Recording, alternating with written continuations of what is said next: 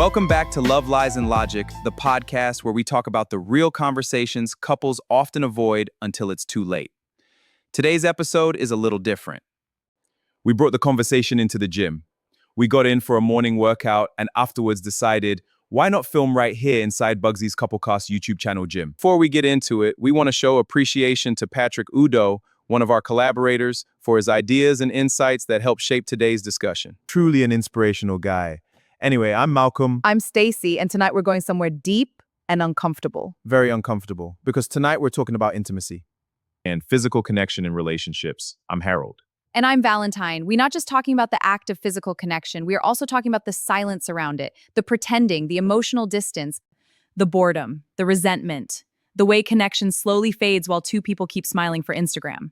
Tonight's topic is one of the biggest causes of breakups nobody wants to admit. Lack of intimacy fulfillment inside committed relationships. Malcolm, yes, people will talk about everything else. Money problems, communication issues, parenting stress. But many times the real issue is they haven't had any meaningful closeness in 2 years. And one of them is suffering in silence.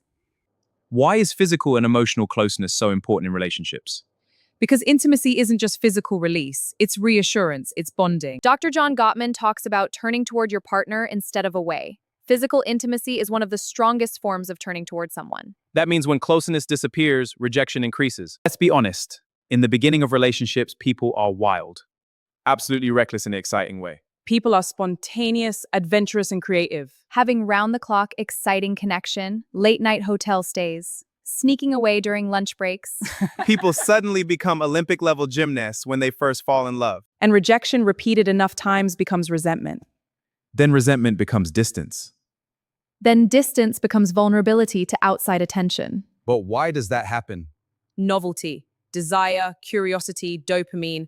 I think people actually put in effort at that initial stage. Esther Perel says desire needs mystery. It needs space, needs imagination, and aliveness. So in the beginning, all those things are naturally present. In the beginning, people seem to try harder. Everybody puts in a bit more effort. I know what you mean. Like you shower early, you smell lovely, you keep your hair cut sharp. Ladies keep their nails done. Sexy lingerie, lush cologne, high energy. You go about making all sort of moves to impress. Let's stir the pot a little, because modern relationships are fighting a new battle. These days, we see gender roles that don't match real life anymore. Oh, here we go. No, let's talk about it. Because some men still want 1950s housewives while offering 2026 effort. Women want a man who pays every bill, buys every luxury, funds every dream, while she says, I'm independent. Let's be fair. Women today are juggling careers. Kids, home, emotional labor, and still expected to look like they stepped out of a skincare commercial. Meanwhile, some men think taking the bins out once a week is helping around the house.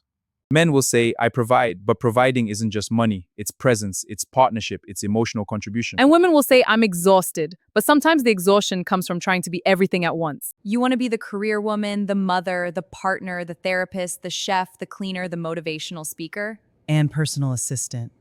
And event planner. Even crisis manager. The real issue is this. Modern relationships require teamwork, not tradition. If both people work, both people should contribute.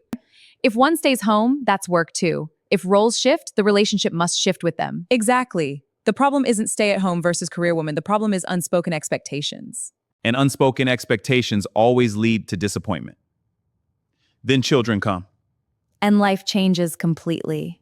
We're talking sleep deprivation, dirty dishes, work stress, school runs, the body changes, there is mental load, hormonal shifts, it's a lot. And then suddenly closeness gets scheduled like a dentist appointment. Friday at 10:30 if nobody is tired. That can kill spontaneity. But let's be careful here. Children don't kill intimacy. Neglect kills intimacy. Exactly. Kids create pressure, but couples still have choices. The question becomes, did we adapt intentionally or did we slowly surrender? Now let's discuss something huge. People pretending they're fulfilled intimately. This happens constantly. Especially because many people don't want to hurt their partner's feelings. Or they fear being labeled ungrateful, demanding, too emotional, or impossible to please. So what do? They pretend to enjoy.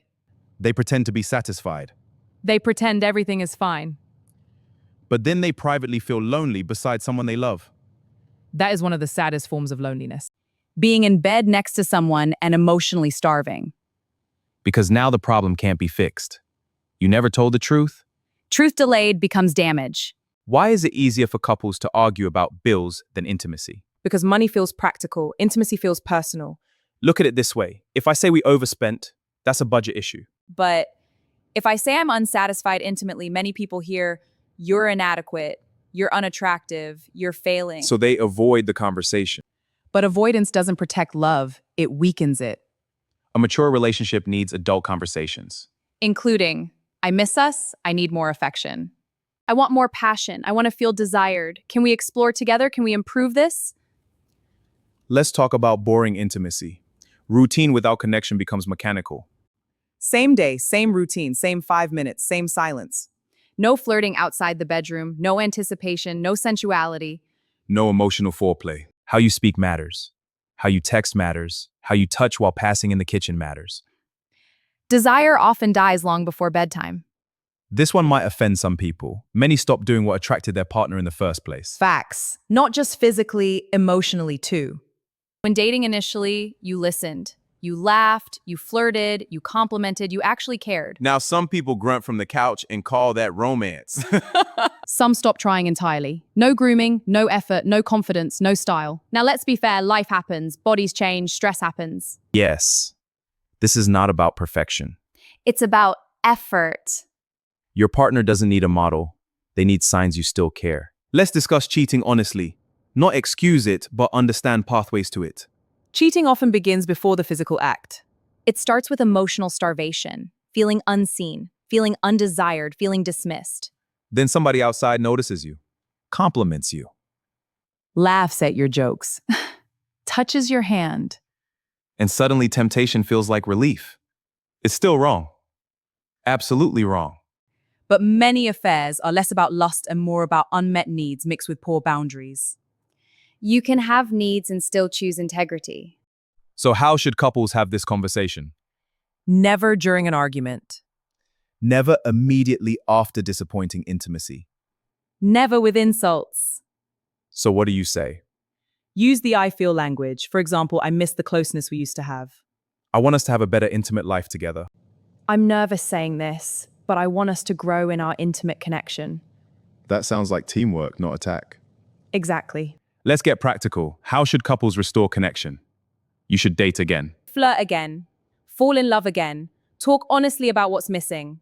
Stop only talking about logistics. Things like bills, chores, kids. Touch without agenda. Meaning? Not every touch must lead to anything physical. Sometimes affection is the point. Schedule intimacy if needed and don't mock scheduling. Busy people schedule what matters. Try new environments. Bedroom fatigue is real. Meaning not always same room, same routine. Try talk desires respectfully. Remember, attraction often responds to vitality. You need to stop acting like roommates. Passion likes curiosity. So rebuild confidence individually too, exercise, grooming, style, energy.